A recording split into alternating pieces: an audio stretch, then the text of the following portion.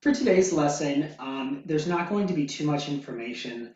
I just kind of wanted to break down the song RLE just a little bit more. As a friendly reminder, RLE is going to be one of the aspects of your final performance test. Again, as we talked about last lesson, there won't be any more performance tests until the final exam. For RLE, you will be asked to do three different things.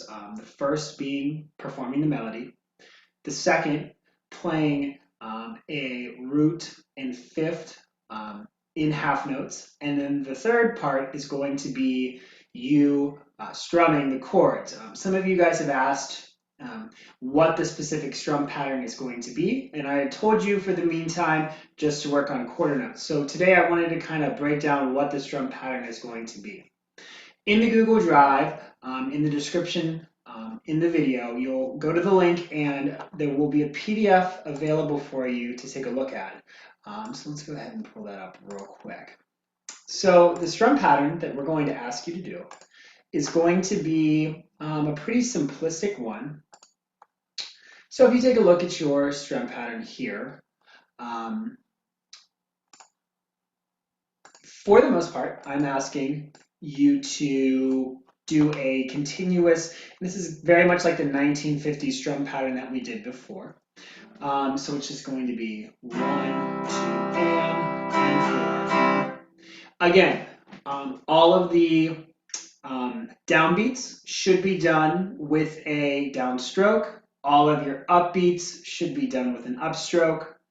And keep in mind that when you are doing that tie, if you notice in the first 8 measures and then also in measures 13, 14, and 15, that on the up of beat 2, that when, even though you're not strumming on a downbeat of 3, I encourage that your hand still comes down just so it's just staying in a constant 8th note motion the entire time. I did change it up. If you notice, measures 9, 10, 11, and 12, we're switching up the rhythm just a little bit here.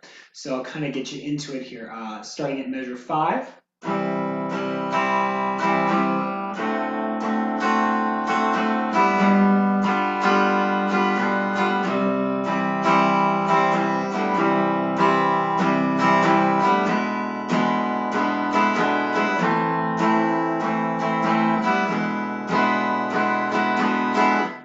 And if you noticed when I was strumming that, I slightly swung it, meaning that the first 8th note was just a little bit longer than the second one.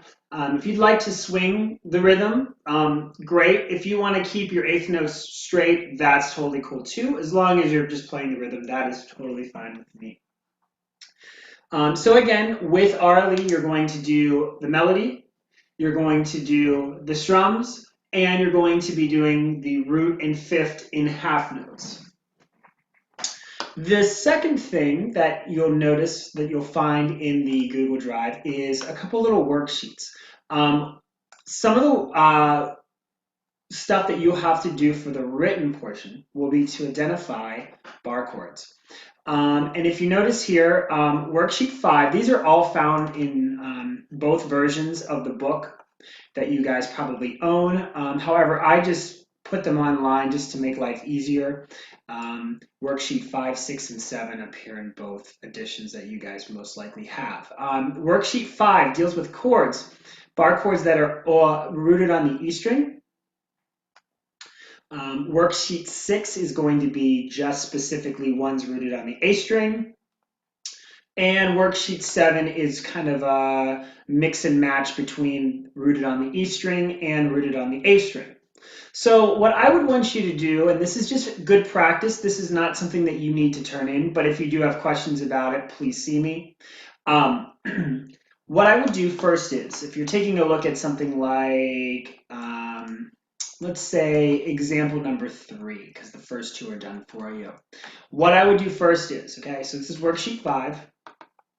First, what I would do is count up the frets, 1, 2, and then 3. Third fret of our low E string is a G. Then what I would do is take a look at the shape.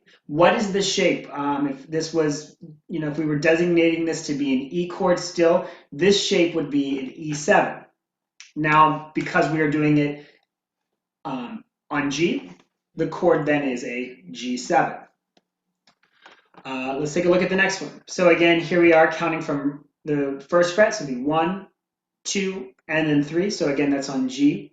So it's going to be some sort of G chord. And if we look at just this shape here again and just kind of realize, okay, what type of open chord this would be, it would be an E minor 7.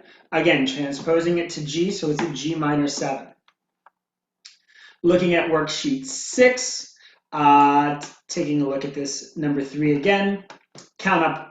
Starting, you're going to be looking at the A string this time, even though the bar is going through all 6 strings. 1, 2, 3. On the 3rd fret of the A string is a C natural, so it's going to be some sort of C.